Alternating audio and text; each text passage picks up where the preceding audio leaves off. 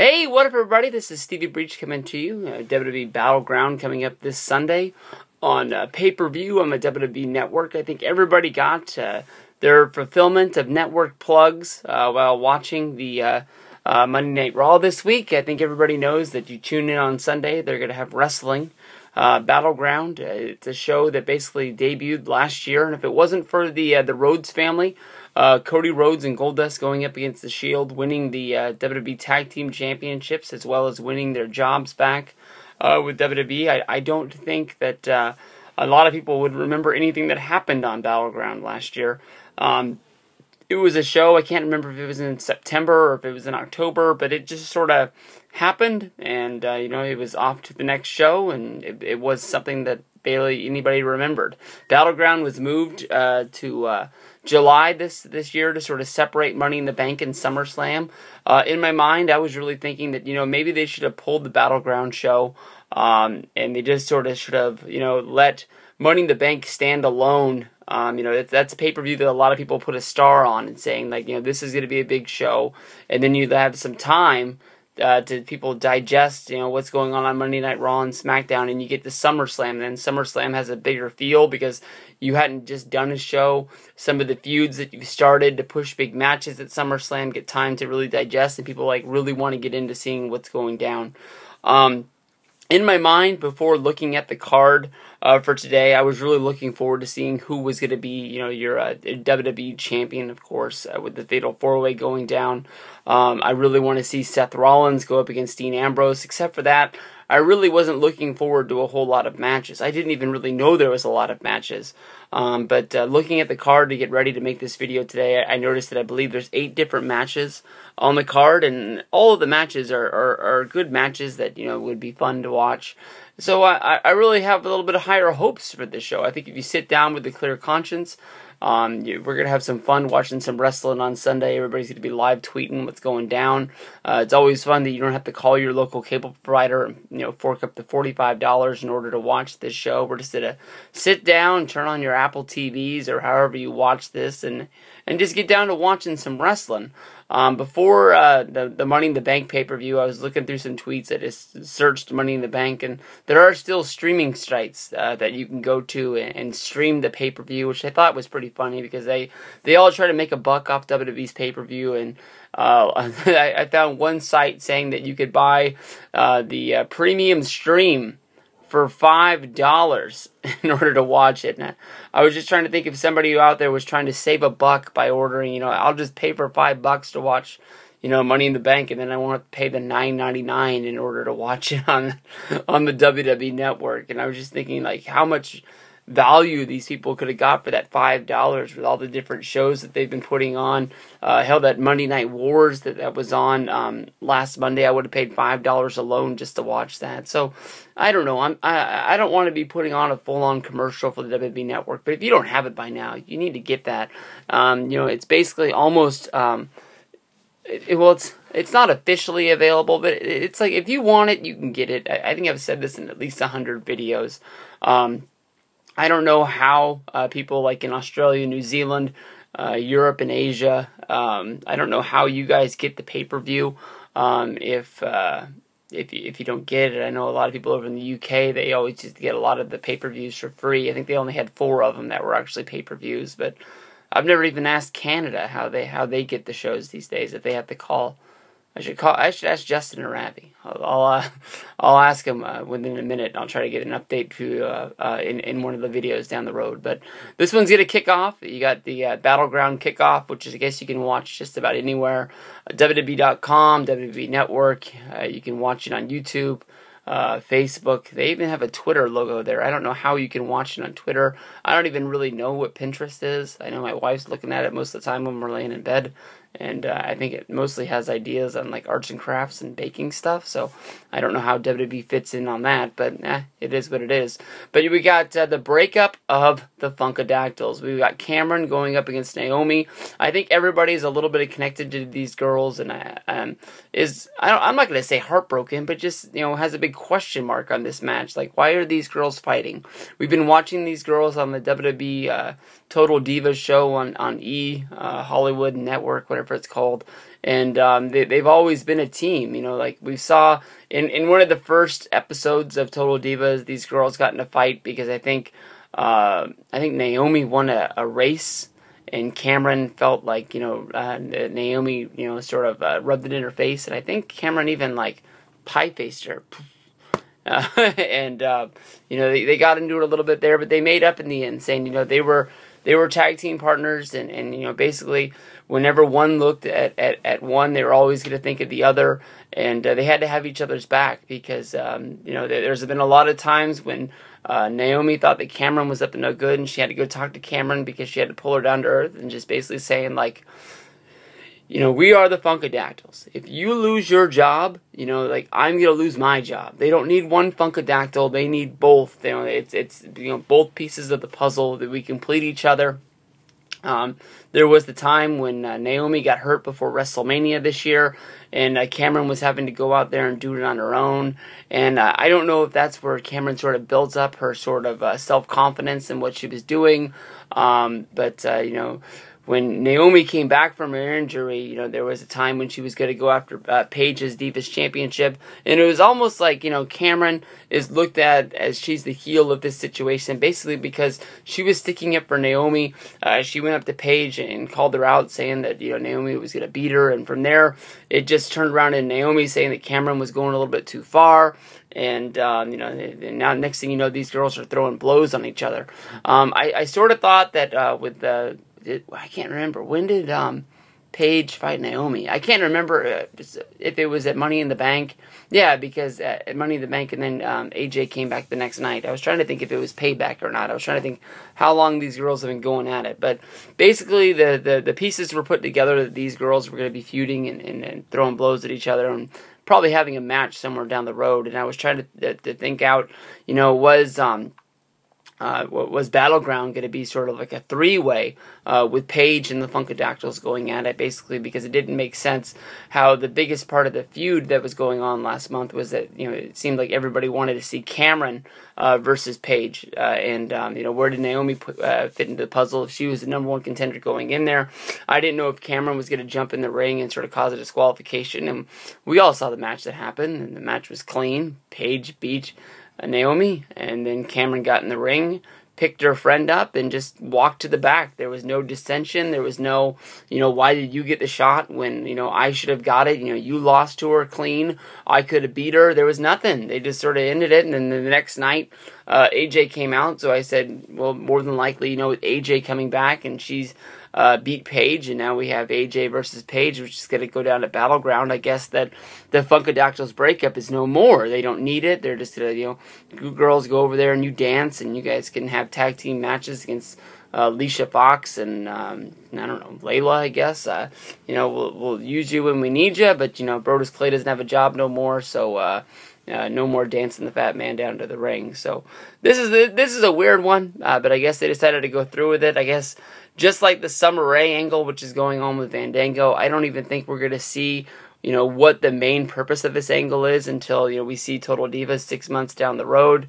I'm going to say that, you know, I was going to pick Cameron to win this match, to springboard her up the WWE All roster. We already know that Naomi can wrestle. You know, she was, you know, penciled in to win the Divas Championship at WrestleMania this year, a lot of people say. So there's people in WWE that already do believe in her and think that she could be a great champion for the Diva division. But, you know, Cameron is somebody that people look at as just a pretty face, not really a real wrestler. She was barely a dancer at that. And, you know, where do we go from here? So I was thinking maybe you have Cameron win this match, and then Cameron goes out on main event tonight and loses to Emma in seconds. It doesn't make sense. I don't see you losing to Emma on main event and then going to Battleground and winning a match, even if it is in the kickoff. So I'm going to pick Naomi in this one. From here, we'll wrap this on up, and we'll go out into the next match, and we'll see you in a second. Hey, second match on the card is going to be the Intercontinental Championship Battleground Battle Royal match. This match was brought to you because of WWE stripping Wade Barrett of the Intercontinental Championship. I know that when Daniel Bryan had his problems with his neck surgery, which led to him not having the complete use of his arm, and he hasn't got the strength back into it, they let him go a long time. and that was because that was your main championship. I'm a little bit confused as to why Bad News Barrett was stripped of his title so fast, with this only being the Intercontinental Championship, and it's a title that doesn't really have any value in WWE anymore. It's nothing more than just a prop for somebody to come down to the ring that make you forget when he loses matches on Raw and SmackDown, and most of the time on pay-per-view as well. You know, being the Intercontinental Champion or the United States Champion doesn't really, you know, float water anymore. It wasn't like in the early 90s with guys like Mr. Perfect and Bret Hart, guys that really brought, you know, extreme pride to being the Intercontinental Champion. I know that it got a little bit of a resurgence a few years ago with Cody Rhodes being the champion, but I'm scared to say even Big E, a guy that I'm really rooting for when he became the Intercontinental Champion. You know, he had some good matches early on, and it just sort of faded out into not really being anything. You got a lot of names in here in this Intercontinental Championship Battle Royal that range anywhere from Sheamus, a guy that is on the rise, on the brink of being one of the superstars of tomorrow, to all the way down to, you know, one of the Matadors or Sin Cara. Even Tyson O'Neil is in there. I think one of the best tweets from Monday night when watching Raw was Zack Ryder didn't even know that he was going to be in this match until fans started tweeting him saying they saw him on the promo leading to everybody getting ready for Battleground, and showing who was going to be in this match. Wade Barrett has already came out and said that he's going to be at the Battleground show. He wants to crown the new Intercontinental Champion. He wants to pass the title on the right way. And we've seen it at Raw and on SmackDown during matches featuring guys that are going to be in this match. They place it on the belt holder, and they make it look very prominent next to where the announcers are. Wade Barrett has already came out to say that he's backing Heath Slater to win the championship by winning the Battle Royal. He wants to bring back the core. I think that was more of a joke tweet than anything else, you know. But there are a few guys that you can pick out of this to really say, you know, would be guys who can win it. I know that, you know, they brought back the Great Khali and they gave him a big return to you know, promptly say that he was going to be in this. But I think there's no shot in hell that he's going to be, you know, winning any titles anytime soon. Kofi Kingston is a guy that could be winning the Intercontinental Championship at any time. Sheamus would be a good story if, you know, you wanted to, you know, sort of merge these two belts together, much like they've merged the WWE, you know, World Heavyweight Championship and the WWE Championship. Bo Dallas has been on a good long little win streak. I believe he's somewhere in the 20s-0. Never lost a match. I think it would be good to see him dumped out of this match to say that it wasn't a real official one-on-one battle style match, so it doesn't count against his win streak. Although someday soon I can see Bo Dallas' streak coming to an end. Lots of people thinking that Cesaro has a great shot to win this. Of course, he would be continuing on from his win at WrestleMania, winning the Andre the Giant commemorative Battle Royal. I know that the trophy didn't last long, but I still think there's people out there who really remember that he won this thing. Ziggler, I love you, but I don't think you really got a shot. Rob Van Dam, same goes for you. Del Rio, I think that you're more of an upper mid-card guy, you know, going after the World Heavyweight and WWE Championships, and I don't really see you as a guy holding on to the Intercontinental title. Van Dango, I think that you're honestly a little bit, you know, too far behind. Ryback is a guy that could use this, but I don't think it's going to be him. Curtis Axel, you're a joke to still be on the roster. Biggie Langston, you're my boy. I still think you got a shot. And almost everybody on that back row, sorry to say, guys, none of you. None of you. I don't even know which one you are from the Matadors. Sin Cara, Titus O'Neil, Zack Ryder. I haven't even seen you guys on TV. You know, Titus O'Neil, when you broke up the primetime players, it was supposed to be, you know, you getting a big time push, and it didn't really end up anything except you getting a few matches on Superstars. I know that Darren Young is home with an injury. I don't even really know how his health is doing these days, but maybe it's better that you did break up, but be praying that when they do bring Darren Young back, that you're going to be, you know, merging the primetime players back together, even if it is to make a heel tag team, because you ain't got nothing going on over there. The one guy that is on that back row that it does really surprise me, I thought that he would be more of the foreground. He is the guy that I'm picking to win this deal, is The Miz. The Miz made a big return. I know it was spoiled by Chris Jericho, and then they went on to have great matches. I heard a ton from the Toronto house show, and then they also put on another good show on Monday Night Raw. The Miz, came up empty on both of those, but Jericho's a big, huge superstar. It is his return, so you can sort of see that. But the Miz's gimmick has been great. Him coming out saying that, he just got finished making the Marine 4 and acting like the Marine 4 is the next, sort of big war movie.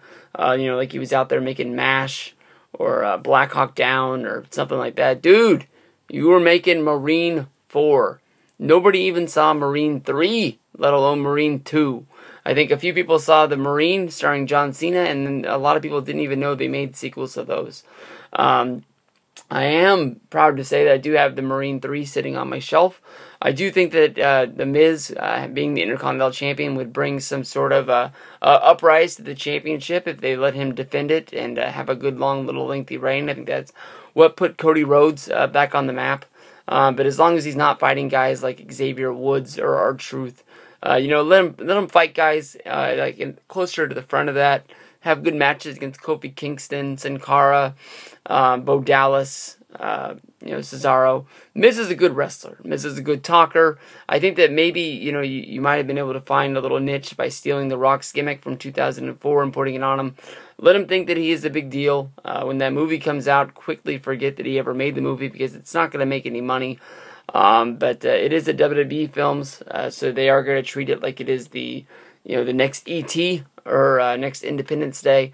They're going to act like, they broke all sorts of records with it, but sooner than later, it'll be on Netflix. We can all check it out on there, but The Miz is my winner in here. I know that it would be a good story if you merge the Intercontinental Championship and the United States Championship, but I don't think you're just going to have Sheamus win a match and then just say, like, oh, well, we merged the championships. It's going to be something that you really, drive up. If you go back to when WWE thought that there was too many titles and they were going to go down to where they got rid of, the hardcore title, they got rid of the Intercontinental title, and they had, these matches to sort of say, like, we're getting rid of this one, and he sort of moved all the way down until it was Kane against Triple H in the finals. Yeah, I'm pretty sure that's when it was. I know one time Kane was IC champ and he fought Triple H. Pretty sure. Damn. Scratching my head on that one. I have to check out my WWE trivia on the WWE Network.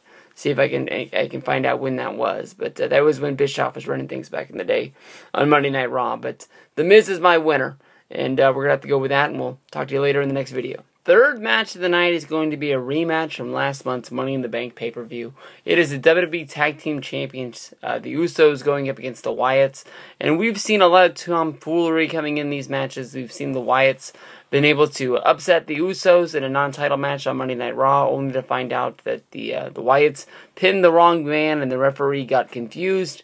And, through all of that, WWE granted the Wyatts a championship match. They get one more shot at the big deal, and to make this, they went back to the old school 2 out of 3 falls match. I've been watching a lot of older pay-per-views.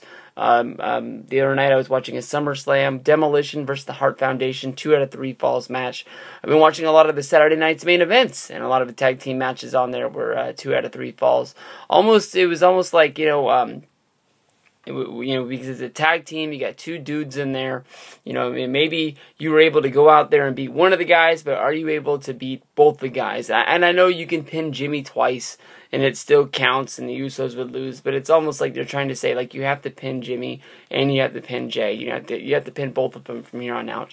And last month I was really picking the Wyatts in order to win this match, thinking that the Wyatts were going to be able to take the tag team championships and sort of bring a sort of a new rub to the Wyatt family, because they had been beat down by Cena. They weren't able to win that war as a tag team. Luke Harper has a lot of fans out there. People love to see him have that goofy ass. He's looking right into the hard camera, but he's not really looking at us. He's almost like a lost soul. He doesn't even know where he is, except for he knows when he's in a wrestling ring, he needs to kick some ass. It's almost like Jesse and Festus of yesterday. I just don't see them being able to get the job done. I think that with the 2 out of 3 falls sort of gimmick, I think it's sort of setting up the Usos in order to get the win here. I know that, on Raw and on SmackDown, we've seen, where, like, Luke Harper would beat one of the Usos, but then one of the Usos would beat Aaron Rowan. It just, these two teams have been very equally matched. We've seen the Usos beat the Wyatts. We've seen the Wyatts beat the Usos. But I think WWE is really behind the Usos as the tag team champions now. I think that if you do have the Wyatts win this match, especially with the 2 out of 3 falls match, where do you really go from there? Except the Wyatts have to move on and face one of the other tag teams, which there's only, the Rhodes brothers, and there's only Ryback. I mean, those are the only 2 other teams that are out there. One of the Matadors is injured right now. He's on the outs, and I can't really think of any other tag team there is. They broke up the Real Americans. They're not together anymore. They were one of the teams that were with them at WrestleMania. They brought a real big, sort of love to the tag team division. For a while it was really looking really strong. Now they're back down to just these guys. We've seen the Usos and the Wyatts fight, it seems like 5,000 times. I'm really surprised that Ryback and the Rhodes brothers don't really have a match on the pay-per-view. I mean, Cody Rhodes, is getting a lot of love out there from going on with this gimmick that they've given him and pushing it to the edge. I don't really know where they're going. That promo with Goldust and Stardust on Monday made me think that the Rhodes brothers are fucking stoned out of their mind or something. They're just beyond the points of crazy. I thought they were going to put them together. Cody would turn on Goldust, and we'd finally get that Cody versus Goldust match, and then Cody could go on to being, that heel somewhere along the way. But he has mastered, every gimmick that they've given him, whether it was just being sort of like that, rookie babyface, going out there with Bob Holly, to being that sort of, the lackey to Randy Orton, going out there and whooping ass, making sure the Legacy kept the championships. We've seen him as Dashie Cody Rhodes, wearing the mask and, doing the beauty tips in the mirror and everything like that. He's really conquered everything that he's been given. But I just think he deserves better than that. I just don't know why he's stuck there. I don't want the tag division to fall apart. Every time you think that they got something going, the wheel starts running down the road. Bam, one of the wheels falls off, and the whole wagon just bam. And it just grinds into the dirt and just comes to a complete end. But 2 out of 3 falls, I don't know where you go from there. You can't go back to having just a normal one-on-one match. So I am picking the Usos to win this. The Wyatts, where they go from there, I guess they just be involved in whatever Bray is doing from here on out. You can put them in tag team matches, to fill up SmackDown and fill up Raw, but I just don't see them holding the championship titles. I know that Bray sort of promised after Money in the Bank that the Wyatts were going to be holding all the titles at the end of the day, and then when the end of the day ended, they didn't have any. So, they walked away empty-handed. Bray is going to be going up against Chris Jericho, and they have that sort of a feud going on. So, we'll have to see what goes down, but that's going to be it from here. I believe the Usos are going to beat the Wyatts, and we'll go from here into the next video. Next video of the night is going to be Divas champion AJ Lee going up against Paige. At Battleground, I think this is pretty much a dream match for a lot of people. I know that's pushing it a little bit too far. Most of the time when you talk about dream matches, you end up talking about two wrestlers from 2 different eras going at each other. Somebody like John Cena going up against Hulk Hogan. You have the 80s against the 2000s, and seeing who would win out and what's going down, and most of the time you only get to see those play out in video games. But for so long, we saw AJ Lee run through everyone in the Divas division after winning the Divas Championship from Caitlyn. We saw her, work pretty much all the way down the roster to where basically she was, fighting the girls from Total Divas that, never really got matches on TV anymore. So many times that people stepped up to the plate, and we kept on thinking, this is the person that's going to derail AJ. For some reason, I was thinking Natalya was going to be that girl who stepped up to the plate from Total Divas. And when it all played out, the night after WrestleMania, AJ Lee became the longest reigning Divas champion of all time. Paige came down to congratulate her. Next thing you know, you have an impromptu match with AJ Lee sort of showing off, beating up the NXT, champion at that time. The rookie competitor having her first match on the main roster with so many eyes looking down on her. from the crowd. And, one mistake by AJ, Paige was able to make AJ tap out, and she became the champion. And it was sort of off to the races from there. Paige was running to defending that championship on Raw and on pay-per-views, while AJ Lee was running home to get pregnant and basically get married to CM Punk as well, and just basically live the life of sitting at home where she nurses an injury. I guess you can say. Finally, AJ was able to come back to the roster. She hasn't wrestled any house shows yet. She's just been working TVs, and this being her first pay-per-view back.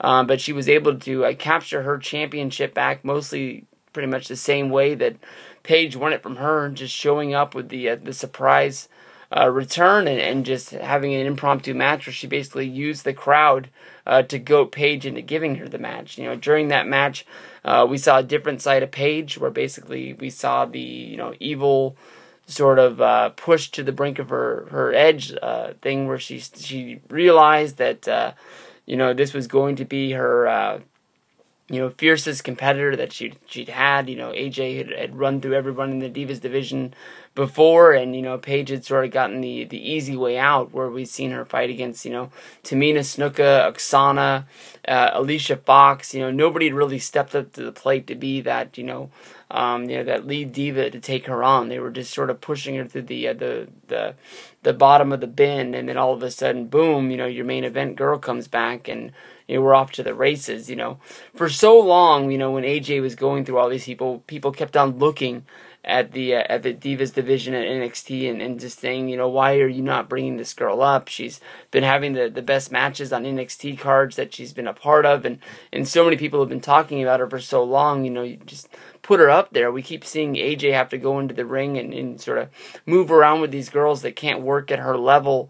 And here's a girl like Paige who has been wrestling since, I've heard, the number 12 years old. She can go in there and know what she's doing. She might not be able to know how to control a WWE crowd as well as some other people, but she's at least going to be able to hold her own to where the wrestling match looks real. There was times in WWE when and the girls were getting looked down upon because they were having better matches than some of the men that were on pay-per-view, and people were remembering their matches and they were stepping up to the plate. But this is going to be a great match. In my mind, I think that it was almost booked backwards. It was almost like, it doesn't really make sense why we should be caring about this match. It's almost if when AJ came back and AJ challenged Paige. Paige, who was turning heel in that match since they pulled off the double turn. Why did Paige not get disqualified? Why did Paige not bail out of the ring, grab her Divas title, and grip it close to her as she pushed her way back up to the stage? Staring at AJ, telling her, "You'll never get my championship. You got me tonight, but you'll never get another shot." Making it where it was like, she was going to do everything she could to get out of this match with AJ. She didn't want to do this, but instead, she fell for it. She got tripped up. She lost the championship, and now it's almost like, Paige is on the chase while she's a heel. Are we supposed to cheer for, AJ, the girl who deceived us for so long and then basically just went home after WrestleMania to hang out with CM Punk? And there's some people who look at AJ as sort of like the person who took CM Punk from us. It's one of the reasons why he's at home. He finally got removed from the WWE roster. He got moved over to the alumni, so I guess it's almost finalized now that CM Punk's not going to be returning to WWE. We'll never see him again, and he tweeted out, a thank you, and that he is, healing up and being healthy and having a good well-being is well worth it. But it's almost like, the push that I can say that AJ's getting right now is almost like the one that Kelly got, when she beat Beth Phoenix at SummerSlam. It was almost like she got a fluke win. Now she's going to have to go in there and defend it, and can she do it again? But instead, AJ Lee, your former Divas champion, she's held the Divas championship longer than anybody. What's the plus for us to jump onto her side? Has she really even won us over as a true babyface in the Divas division? To me, it doesn't really happen. Honestly, in my mind, I want to see Paige win this. I want to see these girls go back and forth for so long, and we're going to have to see if maybe they're just trying to make AJ happy to keep her on the roster. They're just going to keep the title on her. From where do they go from there? I still want to know where Emma fits in all this. I know that she got in a little bit of trouble with the whole Walmart iPod, whatever it was, situation. She did get a win over Cameron on main event, so I don't know. We know that these girls can wrestle. We've been wanting to get them up to the main page for so long. To fight AJ, here's our chance. Let's see how good this match is. There's a good chance it could be one of the best matches of the night. That's what I'm hoping for, and I'm picking Paige to win this one. All right, here we go. Here's my boys' main event. It's been a long time since I've seen Jack Swagger at a prominent place on the card. Even I sort of forget the WrestleMania 29 push with him winning the Elimination Chamber in a really surprising fashion. Him going on and, getting the pot arrest, which led to him not being able to win the championship at WrestleMania 29, which a lot of people thought was rumored to be, embarrassing the company. And, he was supposed to go on, defeat Alberto Del Rio, and then Del Rio in a series of matches was going to beat Swagger to win his championship back in order to, make him more of a Mexican-American style hero, to put him over, becoming the new Rey Mysterio, a face that they've been trying to, they've been trying to replace for a good long time. I don't even know where Rey Mysterio is right now. Some people say he's injured. I don't even remember the spot he would have got injured in. I just know that he wasn't at, WrestleMania, which was sort of a surprise. You would think that they would have had him do something there with how much of, craze there is over Rey. I think that, the day that Rey finally does leave WWE, there'll be like a little bit of an uproar on the internet, and then, within a few weeks, it'll just be gone. I don't think anybody's going to be starting up a, rehire Rey Mysterio, Twitter page or anything like that, trying to get some hashtags over. You're definitely not going to hear anybody chanting, at Raw for bring back Mysterio or anything like that. But I'm really looking forward to this match. Rusev's a guy on the card that I've really been looking at, that I really like. He's that 80s style of wrestler that we haven't seen in a good long little while. Guy just gets into the ring, brawls around, and, he knows how to wear you down. Some of his matches people think is boring, with him grabbing, nerve holds and, screwing people up like that. But, it's the wrestling style that I grew up on. Not everybody needs to be, running up to the top rope and jumping off the top rope 3 or 4 times during a match. Not everybody, needs to be taking those sort of high spots. Just keep it in the ring, keep it on the floor, and just, wear people down to the point that, you Russo crush. Swagger, we, the people, is a guy that I've really been behind for a long time. I really do like Jack, and I think everybody knows that who watches my videos along the way. I don't think this is, him, putting that flag in the ground and climbing up to the top of the WWE again. I do believe before it's all said and done, Swagger will sit atop of the WWE. I think that his pedigree and just his wrestling background is too much to pass up on, and maybe even keep him in the ranks. There's a lot of people saying that maybe this will be the year that Sting returns, since he's involved with the WWE video game, and then Kurt Angle is opening up that door a little bit more and more every day, especially with that Jim Ross interview on the Ross Report. Sort of getting us to the point where maybe we could have, Angle versus Swagger, a match that'll really burn its house down. I don't think that's, one of the first matches people are going to want to see off the bat, but definitely, two, wrestling heroes with, wrestling backgrounds, All-Americans.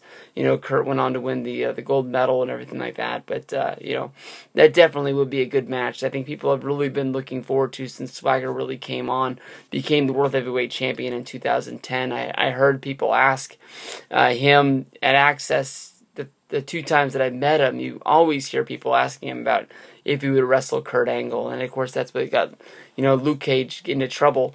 I'm sorry, that's in the past. I might as well call them Rage Cage, but might as well, Luke Cara, answered the answer truly. That, Swagger, there's no chance in hell he would beat Kurt Angle. And that's what got him into trouble. Go back and watch the SummerSlam videos from Access last year if you don't really remember that thing going down. Or just if you need a good laugh, go back and check it out. But Swagger is the guy that is going to be there. I'm going to tell you right now, I'm not picking Swagger to win this match. I do think this would be a good match, for for Rusev to have, and much like how he fought Big E twice, I think that this would be a great match to bring back for SummerSlam. You definitely hear the crowd getting behind Jack Swagger. I know that when the We the People thing was going down and his theme song has been in people's heads, WrestleMania, the We the People theme was almost the Fandango theme of the year before. I wasn't there, so I'm not 100% sure, but I heard people sing, We the People, and do the theme song, all up and down Bourbon Street. It's all throughout the whole video. It's either people doing either yes chants, or it was people doing the We the People and singing the song. It was one or the other one. And, to see the response that Swagger and Zeb got coming down and coming face to face at Rusev and not letting him do his whole, Vladimir Putin speech about, go Russia, go, and standing up to Lana and basically making them, when push comes to shove, just back off. It was something that I've been waiting for a long time. So many times when he wasn't booked on SummerSlam 2010, I thought that was going to be some sort of a face turn. When he basically told AJ Lee when she was the GM of Raw that he was going to hit the bricks because he was trying to figure things out, and he was on the huge losing streak and couldn't buy a win if he tried. I thought that he would come back after that, and we just have never seen it. I think that Jack Swagger definitely in this match, please wear the red, white, and blue singlet. I know it's been a long time, and it seems like you go through different colors every quarter of the year, but get that red, white, and blue behind you. People want to chant We the People. People want to chant USA. It's almost like you're the guy that Hacksaw Jim Duggan should have gave the rub to on Raw, a few weeks ago before the whole Big E thing. Big E coming out with the American flag with the big old bugged out eyes is something that I'm always going to want to remember for the rest of my life. But, the amount of response that I've seen Jack get, knowing that people know that I've been a Jack supporter since day one, has been really, really awesome. I know that the reports that I heard from the MSG house show was something that I didn't want to hear, with Rusev basically beating Swagger in under 30 seconds. I think that, Swagger's more over with the crowds these days, with the WWE Universe, that I think that a lot of people out there have really expected. So I think that's why he got to have the upper hand during the debate on Raw, and then also getting the ankle lock slapped in off of the Rusev kick, and basically making Rusev limp off to the back was awesome. I don't think Jack's going to win this match, but I am going to be behind him, and I am going to be, when he slaps that ankle lock on, I will be pounding on the table, yelling at Rusev to tap out, and you getting ready to wave that American flag for a Swagger victory, but it's just not something that I want to put money on. So I'm going to pick Rusev to win this one. Hopefully we'll be able to see Jack have a rematch, and I'll be able to cheer his ass on at WrestleMania. I've been to SummerSlam, 2010, 2011, 2012, 13, and I've never been able to see him wrestle at SummerSlam. He's always sort of been left off of the card, and this is the year that I'm really hoping to see him do it, and hopefully be able to bring a win home for the USA. Tons of fireworks, the Daniel Bryan confetti, red, white, and blue all over it. People just leave the arenas because there's no need to see anything after that. They'll forget all about Cena versus Lesnar. It's all, USA, beat Russia, the commies are dead, and we'll go on from there. Peace out, everybody. See you in the next video. Getting down to the nitty-gritty here, we got Chris Jericho up against Bray Wyatt in one of the major matches that's really being pushed for Battleground. Of course, Chris Jericho making his return to the WWE after almost a year-long absence after Money in the Bank last year. Coming back, he came down, did a surprise return on The Miz. Everybody was hyping up on which former WWE champion was going to return that night, and Jericho, was a real big surprise once he was able to get the upper hand on The Miz, leaving The Miz laying. He was attacked by Bray Wyatt. And it was the big question is, why would Bray Wyatt come down and attack Chris Jericho? It's a match that doesn't really seem like would be on a lot of people's dream lists of matches that they would like to see happen. Many people are going to remember Chris Jericho versus Bray Wyatt from NXT, a match that didn't really hit on with a lot of people out there. And I don't know. Bray Wyatt, to me, honestly, has lost a lot of appeal. Bray Wyatt came in with a whole bunch of questions last year around SummerSlam time. We saw him defeating people on Monday Night Raw. We saw him beat Kane And everything worked up to him, interrupting John Cena at the Royal Rumble in an Elimination Chamber before we finally got Bray Wyatt versus John Cena in WrestleMania. And I knew that was a make or break match for the guy. And I know that, John Cena got the win, and John Cena, was able to win their, little war of matches. But I think a lot of people are looking at Bray Wyatt like he's going to be something big in the future, and that he's going to go on. Some people were even thinking that after the Cena feud, he was basically on the brink of becoming a babyface already. They would turn him in that spot, and then they would move on and push Bray on the babyface side. I don't see it, man. This guy has a way of captivating people with his promos, and I don't know if he's really brainwashing them in real life, but I don't know what the fuck is going on when this guy starts to speak out there. I cannot follow him. I can't get into what he's saying in these. I love the way his voice sounds, and I think that's why a lot of people out there really like him. The only thing that I've got the answers of why he's attacking Chris Jericho is that he feels that the Y2J Save Us thing from the back in 2000 is a lot like his message from today, and he's trying to attack Chris Jericho to make sure that he can't spread his message, that it won't overshadow what the Wyatts are doing out there. The only thing the Wyatts are doing these days is losing matches. They keep getting put in high profile matches. We've got the Wyatt's followers. They're going after the tag team championships in a match that I don't even think they really deserve. We've got Bray Wyatt going after Chris Jericho, and probably the third biggest match that's on the card, because it's Jericho and we haven't seen him wrestle in a while. Besides for the match that we've seen him have against The Miz on TV, and he had another one. I think it was Jericho versus Orton on SmackDown on Friday. But to me, I just don't see the appeal of this match. That's why I'm not going to waste a whole bunch of time talking about it. I'm guessing that Bray's going to win just because I think that Chris Jericho's going to have the same sort of record that Rob Van Dam has out there, that, WWE's going to allow him to come back, so you get the buzz of, people talking and telling their friends that are Chris Jericho fans that might not watch the product. They might go out, they might turn on Raw, they might buy the WWE Network in order to see Jericho's big match, and then Jericho can go back and be a rock star after putting a few people over there. When I look at Rob Van Dam, when I look at guys like Chris Jericho coming back, I think it's cool that they come back with the fans. Chris Jericho says on his podcast that he really loves wrestling, but I just don't see what the point is. I know you want to be in the biggest company there is, and that's WWE, and that's why you want to come here. Rob Van Dam has definitely said that TNA didn't really know how to use him once he was there. So I think that Jericho doesn't want to go there. He might be a big name, he might be a big fish in a small pond, but what is he really going to be able to do to help that company out? But then again, if he comes to WWE, I've been trying to sugarcoat the way I'm going to say this. Is it just all about the money? I mean, that's why I go to work. That's why you go to work. But I mean, he can do anything in the world. We've seen Jericho be on, Dancing with the Stars. He was on that one, singing show. He's got his own rock band. He's got his own podcast. He's got 1,000 things in the world he can fall back on, but yet he keeps coming back to wrestling, knowing that the spot he's going to get put in is he's just putting Bray Wyatt over. He's not, going to go out and be involved in any match that's going to be a part of for the, the World Heavyweight Championship or anything like that. There's people out there that thought that maybe they just should have put Jericho into the Battle Royal. Maybe he should have won the Intercontinental Championship, increasing that number to one more above everybody else who's ever held the Intercontinental Championship before. And just go on and be able to treat that like a television title and just have good matches on television so people would have something to remember.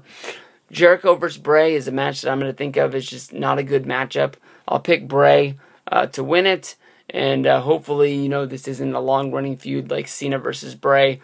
Hopefully it's just a one-off, and then we can push Jericho off in another direction where we can get him into a promo with somebody who we're really going to care about, and hopefully Jericho can have a series of matches before he takes off on us that we want to remember as saying, hey, Jericho, thank you for coming back for the summer of 2014.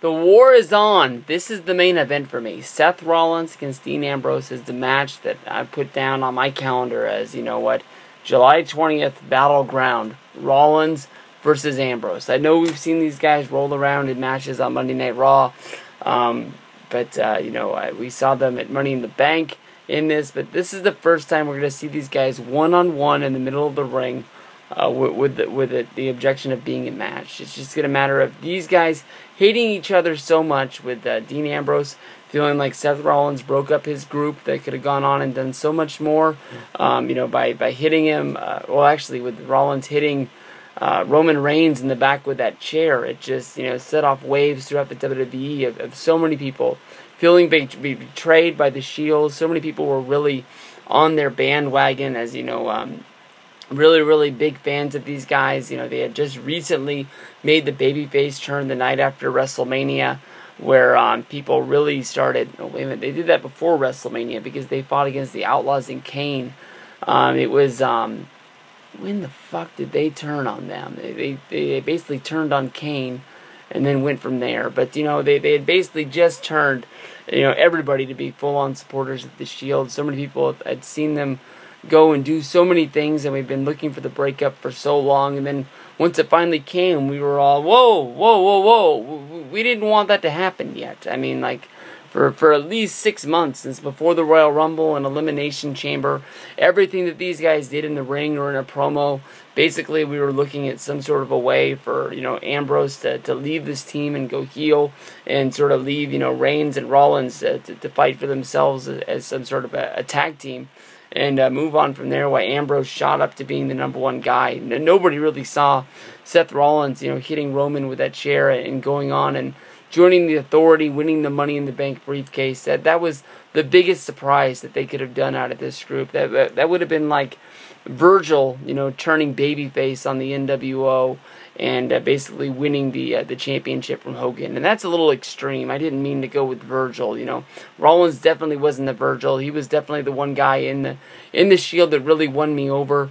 Ambrose and Rollins, while they were in the Shield, had so many fans that had seen them before WWE that were really behind them. And Roman Reigns was sort of that mystery guy that everybody sort of picked on. He was a big guy. He was the Triple H guy. He never really said much in the promos. He wasn't really comfortable yet, and everybody knew that he was really green. So everybody was really on those guys. And that's why I joined the Roman fan club. But by the end, Seth Rollins, especially with the match against Evolution, really won me over, as saying like Seth is the guy that's going to go the farthest out of all of these guys. They're going to try and shove Roman down our throats once the breakup finally does happen, and if it works, it works. But I think overall, the long run down the line, we're going to see that Seth Rollins is the one guy that really stepped up from the Shield and became the biggest prospect for them. And I know everybody has read the rumors, and they're pretty comical when you see headlines like WWE thinking of reuniting the Shield in 2015.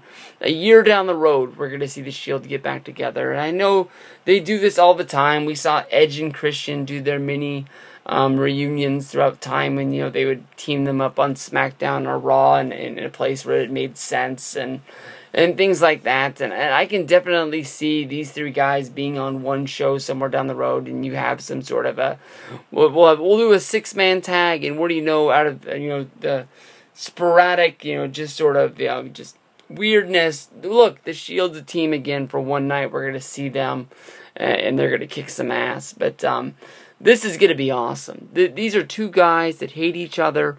They're two guys that really are going to do anything that takes, to get noticed. And really, Ambrose is the guy that has a whole bunch of eyes on him already. Rollins, the guy who won the Money in the Bank, joined the Authority, basically his plan B to step up and win the championship from John Cena if Randy Orton isn't able to do it at this pay-per-view. So, I mean, for them to say that they're really, trying to win people over is kind of weird. But, they definitely want to be in that main event next year at Battleground. They don't want to be in the semi-main that everybody's looking at. They want to be going after titles. They want to be in the big slots where there's big money behind them, and they don't want to get left behind. They don't, these two guys, one wrong move on Raw or something like that, and they could definitely be what Kofi Kingston was a few years ago during the whole deal with Kofi versus Randy Orton, where one mistake, Randy Orton goes off him and in the ring, goes in the back and buries the guy, and Kofi Kingston, hasn't really became more than anything other than the Intercontinental Champion, the United States Champion. He was locked in that tag team with R-Truth and with Evan Bourne, Air Boom for a good long while, but there was a good long while when a lot of people were behind Kofi, really thinking that he was to become a champion down the road, and that's never really happened. And these guys are definitely going to go out there. They're definitely going to be throwing those punches for real, and it's going to be one of those matches that you really, really remember. When tag teams like Edge and Christian break up, what's another good tag team that broke up that really just hated each other in the end? They always have matches that people want to remember because they always want to see who's going to be the Shawn and who's going to be the Jannetty. Nobody really wants to be that guy left behind. The Miz and Morrison had that joke for a long time. You could see it on that video with Miz coming back after cashing in and winning the WWE title. He walked right up to Morrison, hugged him, as he was fighting off the tears, and told them that he was the Jannetty. A moment that I'm sure Morrison is going to want to, why Morrison is not on TV, just bugs the shit out of me. That guy had so much talent. I think that the monster of the WWE killed that guy, that basically he just didn't want to do it anymore. You just fight so long to become so good at what you're doing, and you have fans behind you, and you just walk away. I never thought when John Morrison walked away it was going to be this long, but I don't know. I'm really hoping for both of these guys. Neither of these guys becomes the Jannetty of this team. I want both of these guys to be the future of the WWE, much like I've put behind The Miz, much like I've put behind Wade Barrett. These are the guys that are going to be fighting for the titles and having WrestleMania matches down the road, and they do have a bright future along the way. In this match, you have to pick Rollins to get the win. He's got too much behind him. That Ambrose is going to be fighting the good fight. He's going to be that babyface going up against the monster that basically has Kane, Randy Orton, Triple H, Stephanie McMahon.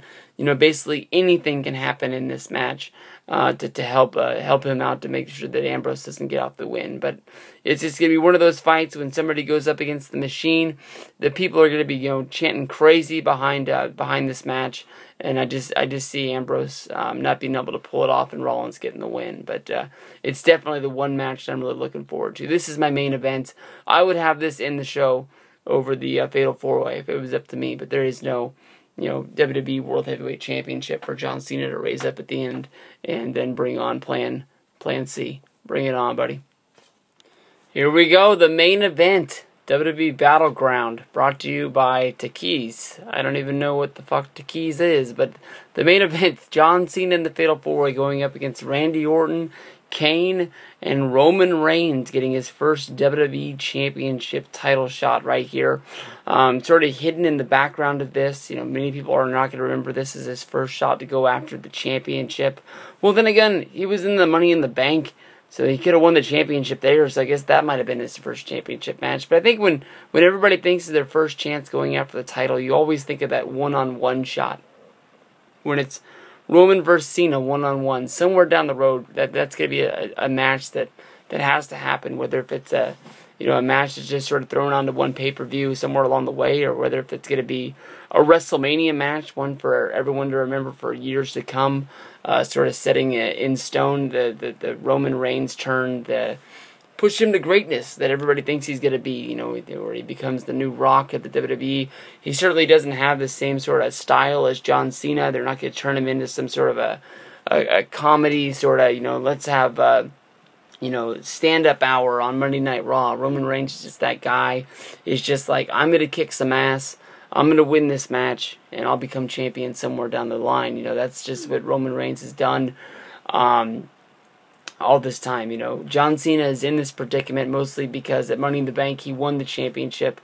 And on Monday Night Raw, he came out, and Triple H said, hey, I need you to fall in line. I need you to be there with the Authority. And he said he wasn't going to do it. He wasn't going to be that sort of a company man. John Cena has always sort of rode solo.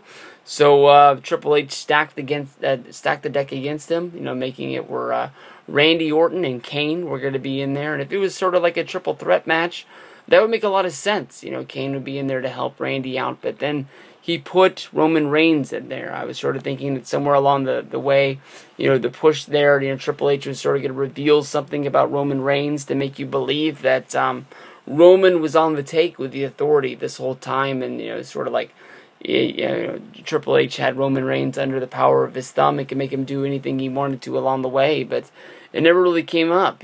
Triple H and Stephanie desperately tried to make sure Roman Reigns wasn't going to be added to the Money in the Bank match to go after the title, and then just put him in there. It doesn't really make sense. They don't want Cena to be the champion, so what makes it any better if Roman Reigns ends up winning this match? Just because you got these guys in there doesn't mean that Randy's going to be there. And, Triple H and Randy Orton openly talked bad about Kane, calling him a pawn in their chess game. Who's to say if Kane didn't sit down and watch Monday Night Raw after that, basically, and just find out that that's what they think, or who's to know that somebody in the locker room is going to walk over to Kane and sort of reveal to him that, that Triple H and Randy Orton are sort of playing him. They don't really feel like he has a shot to win this whole deal. But, Kane sort of spoke up for himself on Monday Night Raw, delivering the chokeslam. And then Randy Orton walked up to him and just gave him that RKO. It seemed like Randy Orton jumped 6 feet off the ground in order to land that damn thing. But, these guys in this match, Kane's been there forever. Cena and Orton have done this 1,000 times. Roman Reigns is the guy that they've pretty much put in predicaments knowing that he's not going to look bad because of how well they need him to look for the future. They're going to go out there and going to deliver us a good match. And I'm sure the last few minutes of this match is going to be a spot fest in order to make you remember how great this match was, with basically, Kane hitting the choke slam, with Randy hitting the RKO on Kane for, Roman Reigns to come running through and spear Orton, sort of like that, where you never know who's on top. To me, that's almost the way the Money in the Bank match was, where, Cena really wasn't even in the action. He just was the last guy to stand up, climb up the ladder, and pull the belts down. So I'm really looking for a good one. There's not really a whole lot of backstory to bring up to talk about this one. I'm picking Cena for the one factor that I just think that they're setting Cena up for the future. Where they go from there, everybody knows that the Brock Lesnar vs. John Cena video leaked today. You can see the promo package that they're going to be running on TV to help sell tickets for SummerSlam, as well as try and sell some pay-per-views if people aren't booked up on the network. But for $9.99, I mean, damn, this match enough just to know who the damn champion's going to be, is worth it to me. I don't know if this show would be worth $45, but looking over every match that's on the show, with the title match, you got Rollins versus Ambrose for the first time one-on-one, Jericho versus Bray, Rusev versus Swagger, you got the Intercontinental Championship Battle Royal, you got Paige versus AJ. This is damn well paying for the WWE Network. Get on board, people. This is going to be a good one. Battleground pay-per-view. Round it on out. Peace out, everybody. We'll end it on this note. I was going to end it on that note, talking about the Fatal 4-Way Championship match, but I think that everybody in the world wants to know what your thoughts are with the Money in the Bank briefcase. Whenever somebody's running around with it, every pay-per-view, as everybody's leaving their predictions, they always, like to bring up, whether the briefcase is going to come into play. I think that, for the first few months that WWE has the Money in the Bank briefcase out there, a lot of people, run down and try to cash in as soon as they can in order to cash in on the, pristine moment. But so many times when you look over the past, I know that we've seen guys cash in after a month of having it. Alberto Del Rio, Randy Orton, they didn't really hold on to it that long. But guys Daniel Bryan doesn't even really count because he just sort of sat it. He kept that thing in his back pocket forever. He kept on telling us he was going to cash in at WrestleMania, and he never even he didn't make it that long, but he never even took a chance at anybody during the whole time. He just he wanted a main event WrestleMania. That was his dream, and I don't know why they didn't bring that up for the WrestleMania 30 push. Maybe because it was too far in the past, 2 years behind. Who's really going to remember that? But Seth Rollins, almost immediately after winning the Money in the Bank briefcase, they tried to do a cash-in where he came running down at the end of Monday Night Raw to cash in on John Cena as he had been laid out by Kane, only to have Dean Ambrose come in and break that whole thing up. I think that honestly, with the Authority really pushing the whole Plan B factor of Seth Rollins having the Money in the Bank briefcase, it'd be all spray painted gold, and especially on Monday Night Raw, Paul Heyman saying that if you really need something, there's always Plan C. Come and talk to me. It was always Paul was trying to craft up this diabolical plan where one of his guys could step up to the plate and really cash in and also sort of help the authority along the way. You know, a lot of people thinking, well, I think it's pretty damn obvious that Plan C would be Brock Lesnar. With the videos that have been released, you know, you have to see, like, how are they going to get from Plan A, which is the Fatal 4-Way with Randy and Kane going against John Cena. How are they going to get there? From there all the way to Plan C, skipping over Seth Rollins. Is Seth Rollins going to run out and try to cash in on Battleground or on Monday Night Raw, only to have, you know, his Money in the Bank briefcase wasted either by Dean Ambrose, you know, inserting himself into the match, whether if it's just Cena, you know, powers up, it hits the 5 moves of doom, gets the win, and sort of escapes, and Rollins is sort of left there as like, what the fuck just happened?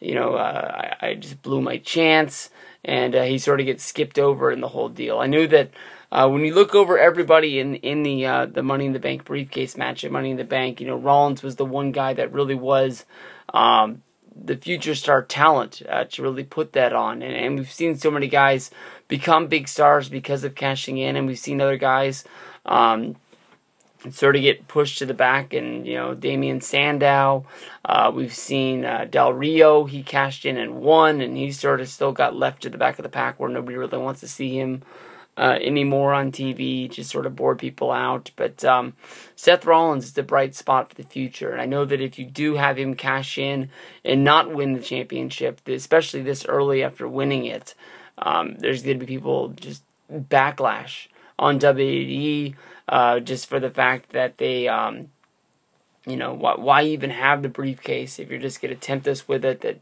somebody's going to become a big star or they become the champion. You know, everybody's dying to see Cena lose those titles. They're just saying that it's so boring with him being champion, even though that he hasn't held the belt in a year, and, you know, he hasn't, well, it hasn't really been a whole year since, you know, last December. You know, here we are in July, so it's 7 months since he's been champion. He's only had it for a month now, and people are already bored because of, you know, the days in the past where Cena just held the championship for forever, or he might have passed it back and forth with Randy Orton or Edge a few times, but it just seemed like, you know, Cena's been on top for so long. It seems like, you know, you sort of see why people turned on Hulk Hogan at the end of his WWF career, and when he went to WCW, he couldn't really win people over there as well. But I don't see Rollins cashing in. Maybe Rollins runs down there and gets interrupted along the way to sort of give that pay-per-view that last sort of like to put it over as like that was a freaking awesome finish to a pay-per-view.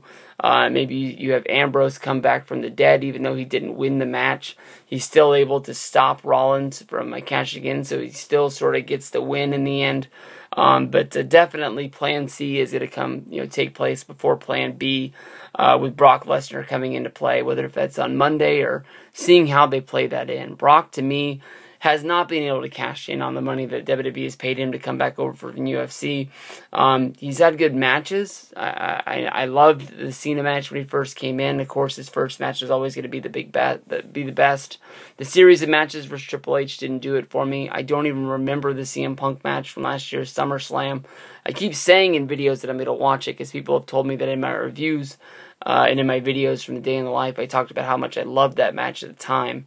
I just saw Instant Classic. He said he watched it and he tweeted about it, saying how awesome the match was. So this is definitely one on the list that I do need to check out. But I don't see Rollins cashing in. I don't see him losing the briefcase. I think he's a bright spot for the future to use somewhere down the line.